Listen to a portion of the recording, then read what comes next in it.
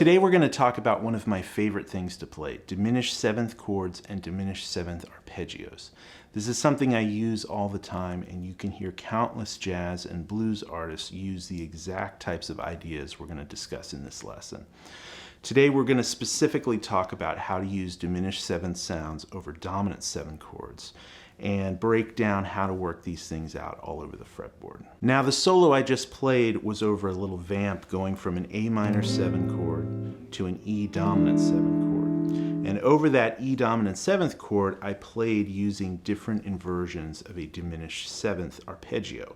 Now, the reason this works is the upper structure triad for a dominant 7th chord is a diminished triad. So if we take a look at this E7 chord, the notes are E, the root, G sharp, the 3rd, B, the 5th, and D, the flat 7. Now, an upper structure triad is the triad built from the 3rd, 5th, and 7th of a 7th chord.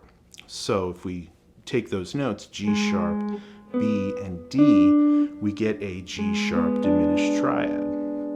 And so for this reason, diminished scales and diminished chords and dominant 7th chords are inherently connected. Now, this diminished triad is made up of 3 notes, all a minor 3rd away, right? G sharp, B, and D. And if we go up one more minor 3rd up to the note F, we complete the cycle and get a full diminished 7th chord. Now, this note F in relation to E7 is the flat 9. So when we play this G sharp diminished 7th chord, it's actually a rootless voicing for an E7 flat 9 chord, which is a type of altered dominant chord. Now, it's important to understand when playing over a dominant chord what type of dominant chord you have. There's non-functioning dominant chords and functioning dominant chords. A functioning dominant chord is any dominant chord that is functioning as the 5 chord. These are the types of dominant chords that really lend themselves to these kind of altered voicings like a flat 9 voicing. In the case of our progression from A minor 7 to E7, the E7 is functioning as the 5 chord of A minor. So we can superimpose this G sharp diminished arpeggio over that E7 to help build tension and then resolve back to A minor. And because a diminished 7th chord is made up of a series of minor 3rds, it's symmetrical, and we can move the chord around in minor 3rds up and down the fretboard to find all the different inversions. So just moving this chord voicing up and down 3 frets on the fretboard gives us 4 different inversions of that chord. And we can use all of those inversions to resolve back to A minor. So here I'm going to play over the track a little bit and just move around some of these diminished 7th voicings over that E7, and you can hear how that sounds.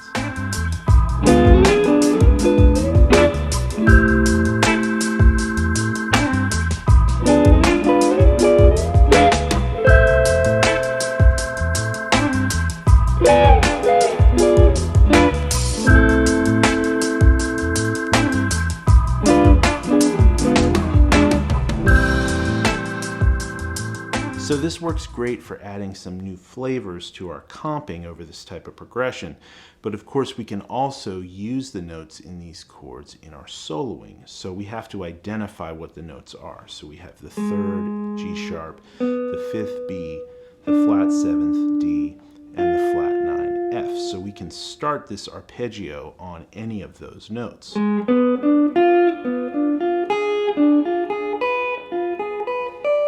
And because of the nature of the guitar, any lick we have, we can just move it up in minor 3rds, and we don't have to change the shape or the fingering. So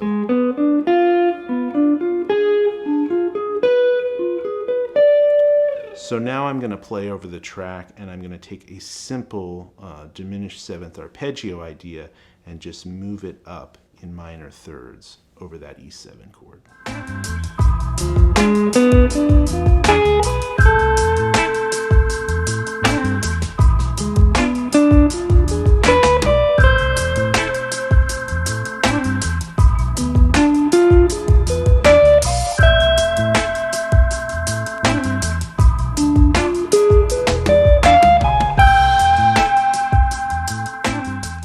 one of the things you'll notice as you work through these is that you have to resolve to a note of A minor 7 at the end of your diminished 7th phrase. And because both of these chords are 4-note chords, the diminished 7th chord and an A minor 7th chord, each one of these diminished 7th arpeggios can resolve to a different one of the 4 notes of A minor 7. So